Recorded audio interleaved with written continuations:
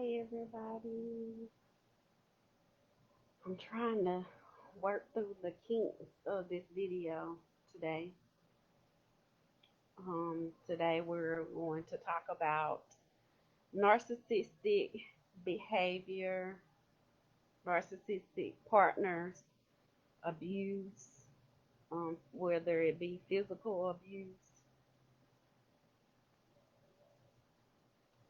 mental abuse, verbal abuse, and I want you guys to comment, give me feedback on the discussion we're talking about today. First of all, you can't change anyone. That's the first thing. The only person who can change somebody is God.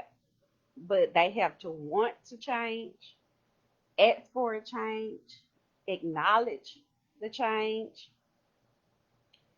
And I just want to start with prayer because we're dealing with um, spiritual warfare when you're talking about abuse, because it's something behind that is creating a person to feel like they need to control you. And it's going on a lot today. So let's just go ahead and pray first. Father, we ask you right now to come in and have your way. Lead and guide us, oh Lord. Touch someone today, help someone today, oh Lord. Father, let no division come into this conference or this conversation today, and let it be edified for your building of your kingdom. In Jesus' name we pray. Amen.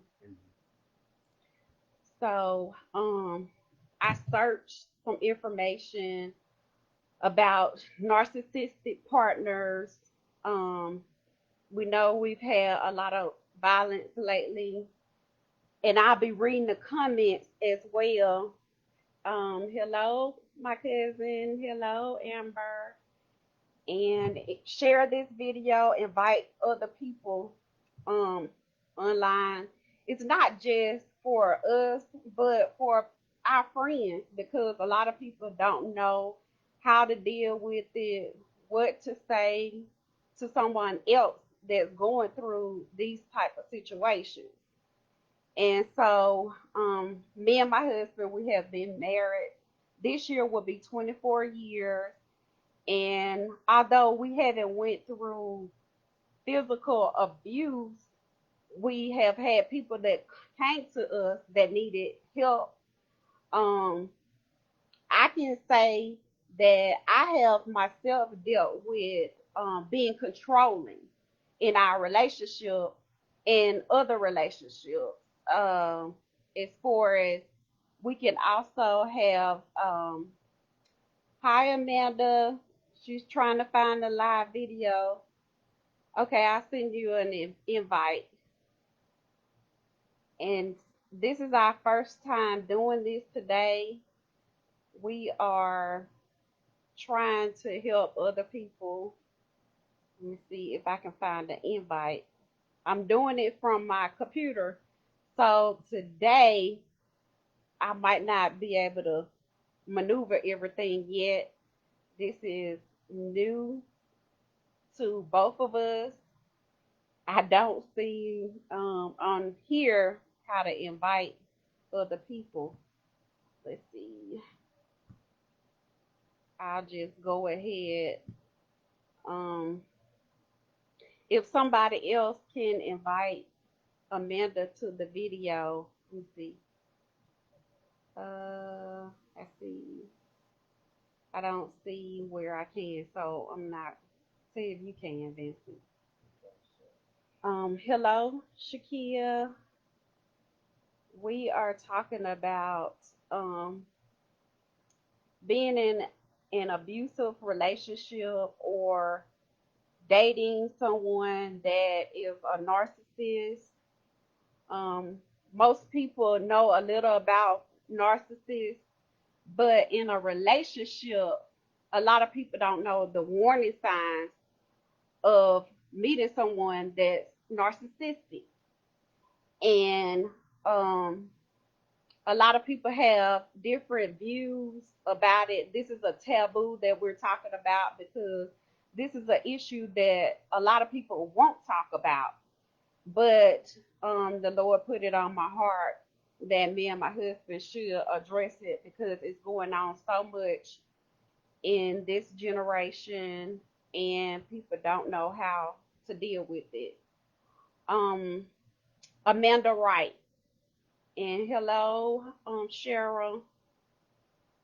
Amanda Wright. If someone is friends with her, add her to the conversation. She wants to be on the discussion, but I'm using my laptop and I can't find anywhere on here to add people to the discussion. But let's carry on because I don't want to hold you long. I know everybody don't like to be on videos long because it's time consuming. So we're going to go straight into the conversation. Um, as far as dealing with recognizing either a person that you're talking to or that you might meet, a narcissistic partner, they thrive off of attention, passion. They want sexual fulfillment to help with their ego, their self-esteem. And normally their target is someone with low self-esteem because most of the time, two high self-esteem people, especially a narcissist, two narcissists will normally not work together because a narcissist has to be in control. So, uh, as parents, sometimes we can be controlling. We can have children to edify who we are as people. So that doesn't necessarily mean you're a narcissist, but it does have one of the traits, which is controlling. And they'll start off as charming, caring, loving, but it turns. And normally, narcissists are charming individuals. So they'll start off very charming, but a warning sign is that it's all about them. That's the only thing that their main goal is lifting their self up, making their self look good. They'll date someone that they feel that they can manipulate and control, and that's the goal for someone that's a narcissist in a relationship. And when we think of control, we're thinking of somebody telling us what to do, what not to do. But it goes far beyond that. They demand you to do what they want you to do. They demand you to dress a certain way. They demand you to have a certain look in public. They demand you to make them happy at all times. And in a partnership, it should be about two people, not just one person all the time. And, we hear relationships are 50-50, but sometimes it'll be 80-20 because depending on who's putting more into the relationship, who's not putting more into the relationship. But the thing is, we mainly want to talk about how to deal with these type of situations because a lot of people are already in those type of situations and they don't know how to get out of them. They need help and they are afraid to reach out to someone to let them know what's going on. You have any ideas on helping someone that's going through a relationship that the person is demanding, controlling, and won't let their mate be who they are. That's a question. In other words, he's telling me to keep going. He want me to talk. Try to get my thoughts. He want me to talk. Hey, Amanda. Hello, Anthony. Okay, so those who just joined, we're talking about narcissistic relationships and behavior in a marriage. You might be married to somebody that you didn't know, or you saw the signs, but you didn't know you're in it and you don't know how to handle it now. So, one thing is that you would think, most people think that they're supposed to tell the person to get out of that relationship, but actually you're not, because if you encourage them right off the bat to get out of that relationship, they're not going to do it. They're not going to do it until they're ready. Especially an abusive relationship, a person will be scared to come out of that relationship because they have been controlled for so long that, and they've been manipulated, that the things that the person has told them they believe. So first you need to comfort them and let them know that you hear them and you hate what they're going through, and keep the conversation on them and about them and not the other person. Try not to speak negatively about the person. In a narcissistic relationship, one thing about a narcissist is they love attention and they want it all to be about them. So if you come in and you say anything that goes against that, then you become a target. You become the problem or the issue. So with that being said, um, the same thing with a narcissistic partner. You let them, you feed them what they need first, which is to let them know that you understand them. Hello, Dewana. Let them know that you understand them and that you're there for them. You want to, and I printed out some information.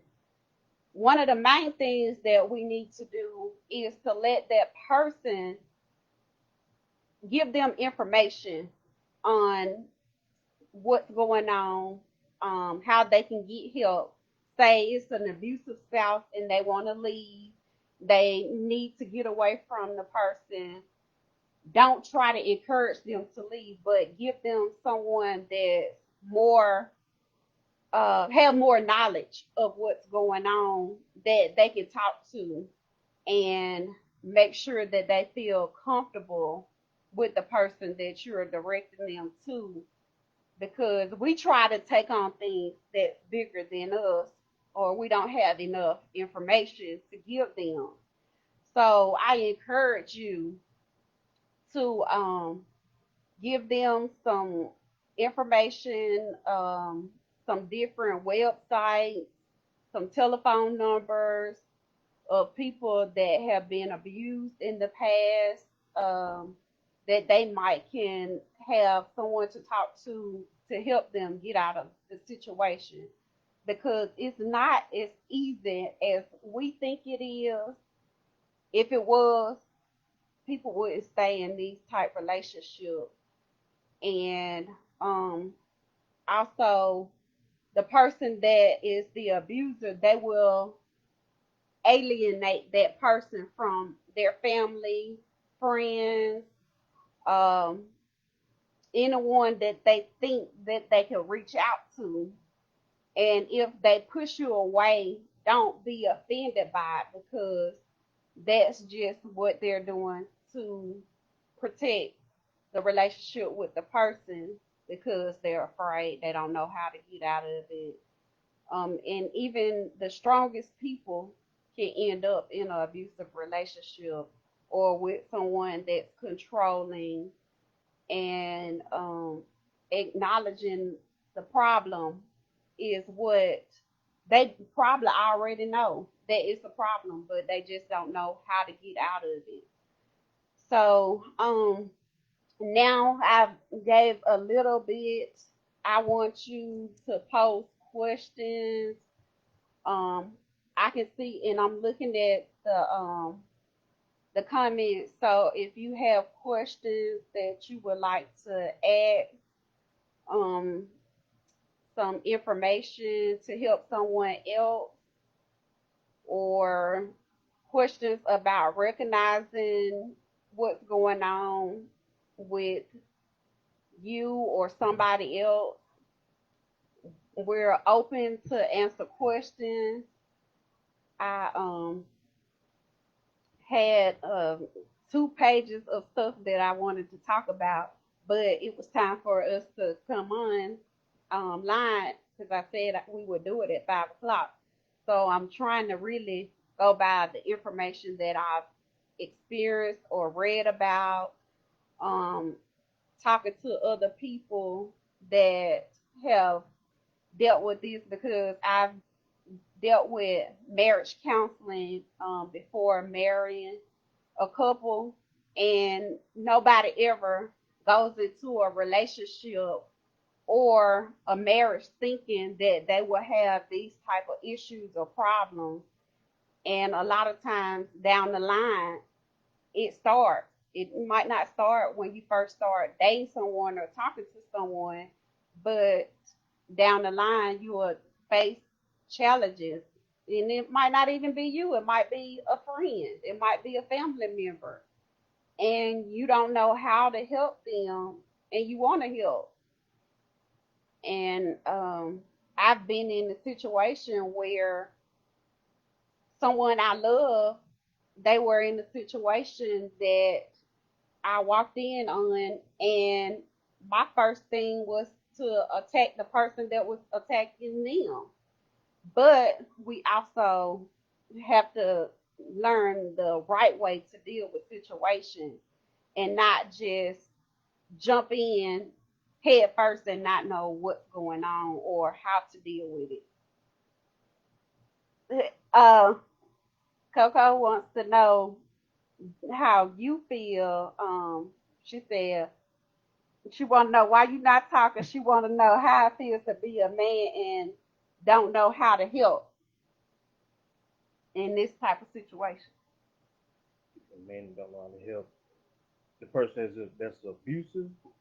The the person that needs the help. It could be the abuser or the abusee.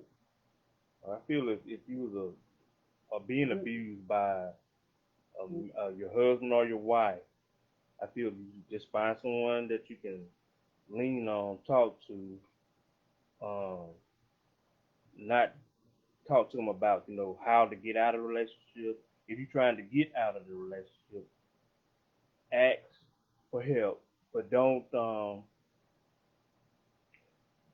take on anything that's going to put you in harm's way. If you feel like you're in an abusive relationship and it's hard to talk to someone, just go to talk to a minister, someone that outside that don't know you, that they can give you advice on what to do.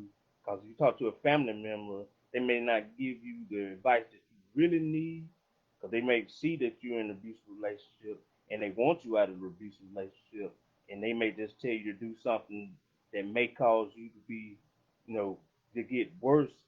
You may even wind up getting killed over something that you could have easily got away from, but you just took on that advice because you wanted to get out, and your family member wanted you to get out of the relationship. So best thing is probably just reach out and to someone, just mention that you're in an abusive relationship, or ask them how would they feel if they were in an abusive relationship, what would they do, and see what goes from there. But I feel if you are in an abusive relationship, try to find someone to speak to, talk to about it, and seek help, like I said, for a minister or officer, someone that's really not that close to you, to see what and get the advice from them. That doesn't mean that you got to react on that advice. Talk to multiple people about And one thing I would say too is pray about the situation. Ask the Lord to get you out of the situation if that's what your heart desires to be out of that relationship. Ask God to make a way for you to get out of it, or send help, send someone that will be there and be someone that you can open up to, that won't make the situation worse, but will let you lead in getting out of the situation, not just forcing you or pushing you out of a relationship that you're not ready to get out of yet.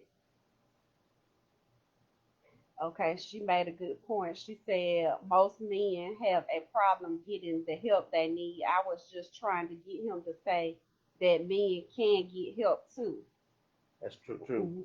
But yeah, like you said, we most men are afraid to ask for help because they feel like they're less than a man if they ask for help. But really, everybody needs help if they're in an abusive relationship. It doesn't matter if it's a man or a female. Everybody needs help. So that most times it's they're afraid to ask for help. But if you notice that they are in an abusive relationship, just ease your way into it and talk about it to make them feel comfortable to speak about what's going on in their lives. And I thought about mentoring, like, say for instance, if you knew someone that was being abusive, how would you encourage the male, say for instance, because males are not the only one that abuse their partner, females do as well. So how would you go about, say for instance, if one of your friends was abusing um, another one of our friends, how would you go about helping the male? If the male is being abused, If the male is the or the one ones that that's is doing the abuse, abused. Hmm. let's see how could I approach him? Like I said, it'd be I ease my way into it to ask what's triggering you to react, to act out. Um, is it something that's deep inside of you that from childhood you saw that your father probably was abusive to your mother, and you thought that was the way that you supposed to react whenever something goes wrong. Just say if you and your wife are sitting talking and she's not listening to you, she's trying to overpower you, and you feel like you try to show your manhood just by punching her, even though that's not right. And you saw that growing up, so you felt like that's how you should handle it. But if I noted that I had a friend that's abusive to their wife or a girlfriend, I talk to them and say, hey, that's not the way you should handle it. It's better to hear their side and then tell your side. If it gets to the point that you got to be abusive or put your hands on them, that you just need to get away from each other for a little while. You go into one room and let her go in another room. You just let it cool down, and then you come back together and discuss what the problem is and find an answer. So you would give them advice um, to help them with de-escalating the situation. So with some people are not willing to invite somebody else in their home, but they might need to stay a night to cool off. They might need to take a walk to get some fresh air, think things over. I see Amanda said, what if those people don't realize that they are being abused? How would you guys approach this? Um, a lot of times it's hard to address a situation, especially when a person don't want you to know that this is going on. And 9 times out of 10, most people, if you see a person that has bruises, say for instance, they come to work with a black eye, they come to work with uh, a lot of makeup on that they normally don't wear, it is not always good to avoid or ignore it, but let them know that you see what's going on and you're there to help if they need you to. If they don't want to talk to you, they can talk to someone else other than you that they feel comfortable with. Let them know that they don't necessarily have to talk to you. They can talk to somebody else that they feel comfortable with that will guide them and tell them how to help them with this situation. But like we said before, don't push the person to leave, because the first thing you're going to do is alienate them if they're not ready to, and they won't talk to you anymore. And that's something you really don't want. Um, you have to be very gentle and kind to the person because they're already dealing with a lot. If they're dealing with an abusive relationship, because from what I've seen, people that are abusive, they have two personalities. One minute they're sweet, kind, loving, gentle, and the next minute they'll turn into somebody totally different from the person that they normally are. And it could be some inner demons that they're dealing with, the reason that they're abusive. And like my husband said, they might have seen this growing up, so they think it's normal. And I think it's good to acknowledge the fact that it's not normal. Okay, I see Tina. Tina said, awesome topic. I pray this reaches anyone looking for help. Thank you guys for opening this up, Amanda. But what if you notice a couple being mentally or emotionally abused or abusive? How do you approach this? Okay, if you're around a person that you've noticed this is going on, say for instance, mentally or emotionally, and like you said, the person might not even realize that they're doing this to somebody else. So the first thing that I've learned, I've heard people say in Alcoholics Anonymous, that first you have to acknowledge that there's a problem. So if the person don't know it's a problem, they're not going to see a reason for it to change. So that's when a lot of times we have to love people enough to just say that I love you, but I feel you might have to get the person by themselves and say, I love you, but I noticed something going on. And when you're ready to talk about it, I'm here. Or if you want to talk to somebody else about what's going on with you, because I hate to see you in, or excuse me, enduring something of this magnitude, because to be honest, it's not normal. And if I'm a friend, I'll tell you the truth in love. And once you talk to them, leave it alone. Back away for a while, because if you keep going on and pushing what you feel that they need to deal with and they're not ready to, they're not. So bringing it up, talking to them, but I say pray first before you even address the situation, because you're tackling something that's heavy, and we will need the Lord to be with us. Even before we got online today, I prayed and fasted before I went online because I wanted the Lord to guide me in what I say and how I help. Because, like I was telling people earlier, I have dealt with being controlling in me and my husband's relationship. And for a while, he was okay with me doing things the way I wanted, saying things the way I wanted, but it became a problem at one time. And I had to realize it to change. And really, the word of God helped me with changing how I handle situations, because I like things in order.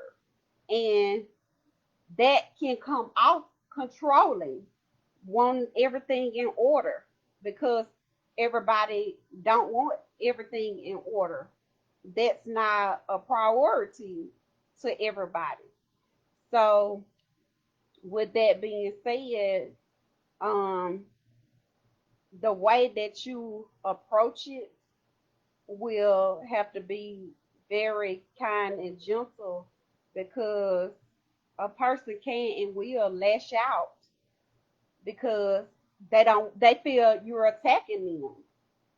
And with that being said, they might feel like the other person is controlling them.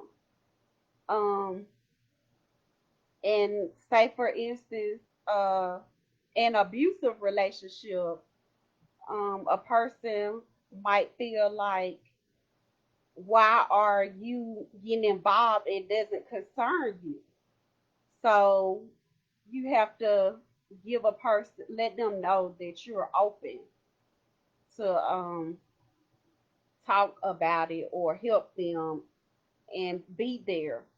Let them know that you are there and you're not trying to manipulate or take over the situation and take it on without that person being willing.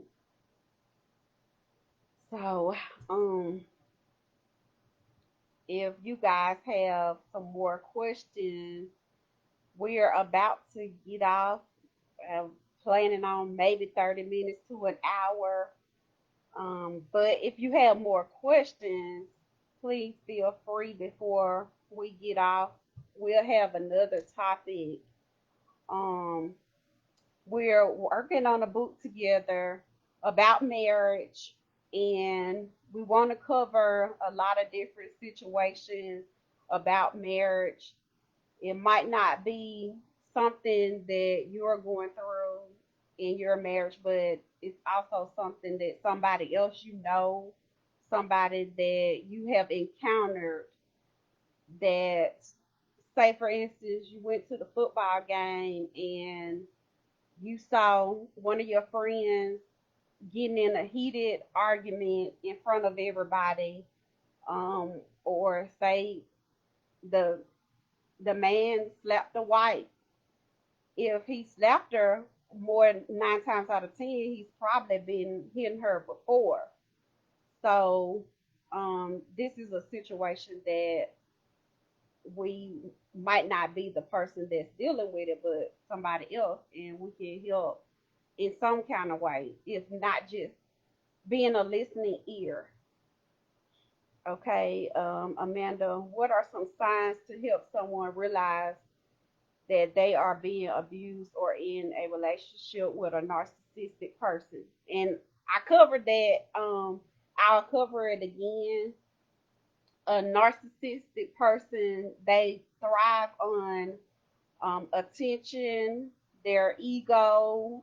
They also, what I've read is they need sexual satisfaction. They date multiple different partners. They don't like to stay in a relationship with one person, because if the person is not boosting their ego at all times, they move on to somebody else. That person likes to be controlling, manipulative. They want everything about them and nobody else, only them. Um, they're cunning. They know how to start off a relationship to make a person feel good. But the warning signs, as I said before, they'll it'll be all about them and all of their good traits, how beautiful they are, how good they are at this and that. They want you to also boost their ego up, and then they change their attitude and what they say changes, and it becomes negative, nasty, and ugly. Hi, Michael. And so, um, when this happens, you will start recognizing a different person and a different personality that you're not used to, but you saw the signs, you overlooked them, and then you'll have to learn how to deal with the signs that you see. But you can't attack a narcissist because they will, it's like dealing with a spiritual upper level demon. They will attack with vengeance. So you have to know how to approach that person in the right way and get help, read up on it, because you don't want to go in dealing with a person like this. Is like, and the title of the book is Losing the Battle to Win the War. It's like somebody, a child going into a battlefield and they haven't been trained properly at all, and they're going to a civil war. So I encourage a person dealing with this to read up on it, get as much information as possible, seek help, seek a counselor, someone that knows a lot about the situation you're dealing with. It's just like going to a doctor about a headache, but you're going to a foot doctor. Go to somebody that specializes in these type of topics and issues, because if you're going to somebody that don't know enough about it, it defeats the purpose. Any more questions? Thank you, Michael. Glad to see you are well. You're online. We're talking about being in abusive relationships, dealing with narcissistic partners, a topic that a lot of people don't deal with, don't want to talk about.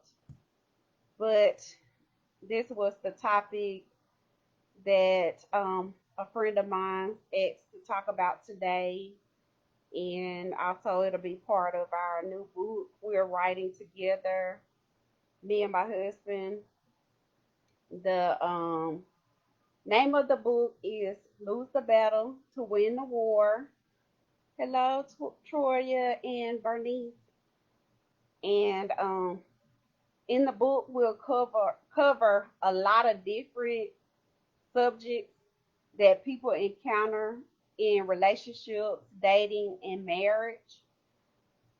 Again, I'll tell you that me and my husband, we have been married going on 24 years, been together 26 years. And this is something that the Lord put in my heart and my husband's heart to help people.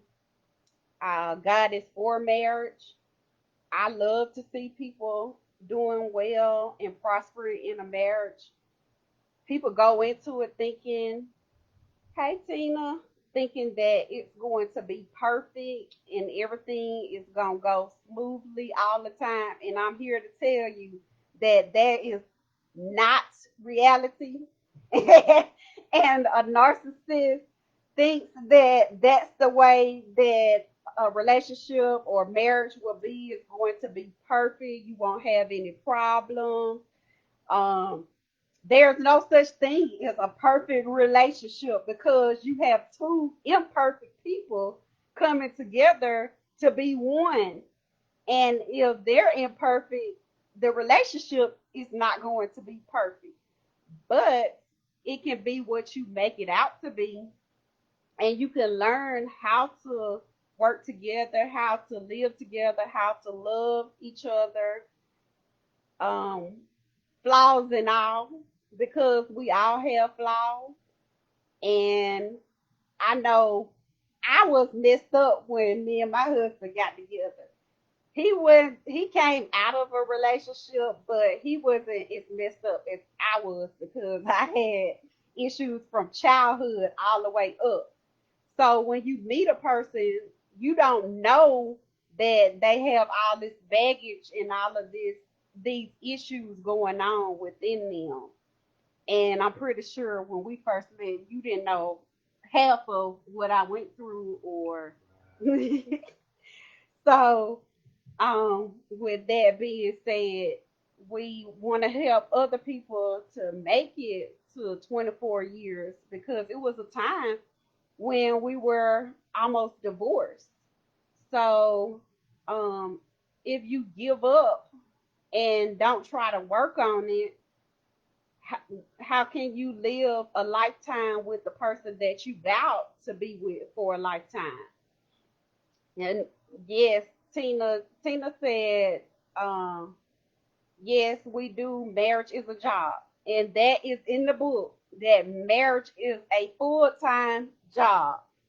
It is a job that you sign up for, but you don't know what the job will entail until you start walking in it. So, with that being said, let's see, it's not 50-50. I said the same thing, Amanda. It's not 50-50. It's 100%, 100%. And but a lot of times we don't put 100% into it. Sometimes it's 20-80, or sometimes it's 30-70, just depending on how long have you been in it. Have you overcame some situations and you realize that now we're in it for the long haul and we don't plan on getting a divorce. We can work through anything other than infidelity. But at the same time, we have had to deal with that in the past. And how can you talk to someone about these issues that have never gone through the issues and haven't overcame the issues? Because a lot of times people can say what they won't endure, what they won't take, what they won't go through, but then when it's facing you head on, you gonna have to tackle it. Either deal with it or you're not gonna deal with it. But now, if you research, a lot of people have dealt with infidelity, they've dealt with abuse, they've dealt with controlling controlling mate, they've dealt with so many things that we don't talk about. We try to overlook it and think it's gonna go away, but it's not. We have to deal with it, face them. Um, a lot of times, if you don't deal with them or face them, you will end up in the same type of relationship over and over again. You ever wonder how people end up with someone that's abusive all the time, or someone that always uh, try to control them, tell them what to do? It's a pattern and it's a curse that hadn't been broken, or an issue that hadn't been dealt with. And sometimes, as women, we can attract the wrong type of male, and vice versa. A man can attract the wrong type of female. And so we're trying to prevent these type of issues or help someone to overcome it and move forward and continue in a better relationship, a healthy relationship. I'd rather say healthy relationship than say perfect relationship, because to me and my husband, it might be perfect for us the way we operate, and it might be imperfect for somebody else. But we say no relationship is perfect. It's just two people that love each other that want to make it work. So, if you guys want to add something else, it's almost time for us to end, and we'll try to keep it the same every week, like maybe the same time, the same date. If you have suggestions or something that you want to hear from me and my husband about marriage, you want to come in on the live with us, let us know, inbox me. We both look at my emails, so don't feel like you talk to me and you can't talk to my husband or vice versa. We both read the emails. Um, okay, maybe it didn't start out the way, but turned into a bad situation. Yes, Amanda, we talked about that. Um, yes, people do start off one way and it changes. Me and my husband, for about 6 years in our marriage, we really didn't have any problems. And then the 6th year, that's when we start having problems. And it didn't end within a week or a month. We had problems for about 4 years from our sixth to our 10th. We had issues that we were separated for a while.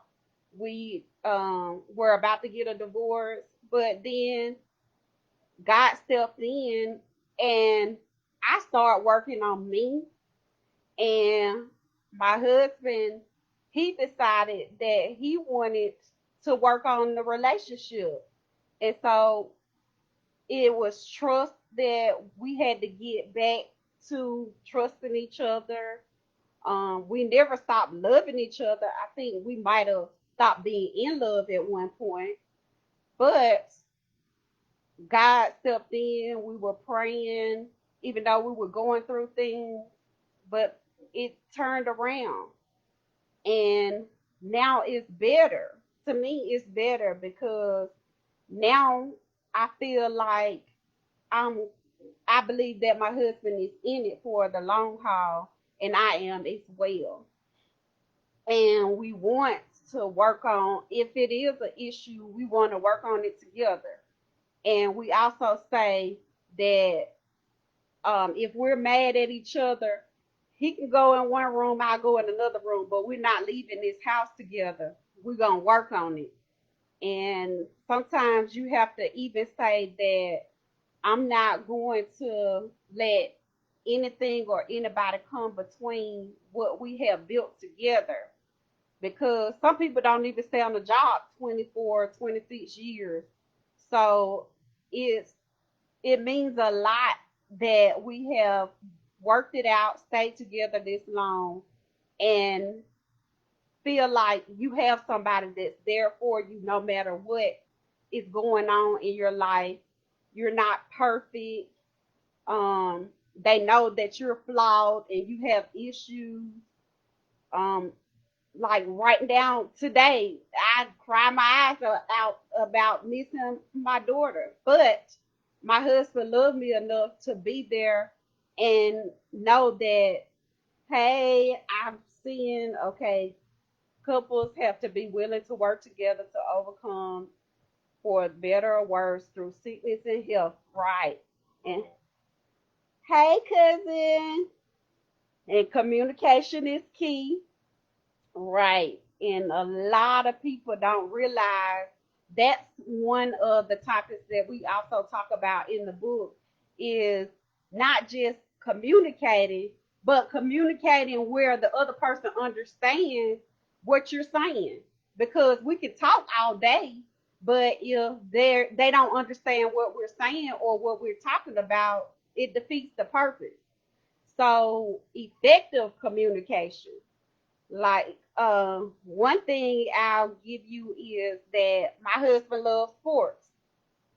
So and sometimes he don't hear what I'm saying. It just sounds like wah wah wah wah wah wah. But if I put it in a term about sports, then he'll hear me, he'll understand it, he can relate to it, and you'll be surprised at how that works by me just saying, relating my topic, what I'm talking about with sports, and then he'll sit there and listen to the conversation. And sometimes he talk about sports, and I don't want to hear it. But tell me how we're about to end. But tell me how you get me to hear you when I'm not hearing you, and I just want to talk. I put my hand over the cell phone and say, "You're not listening." Do y'all hear this?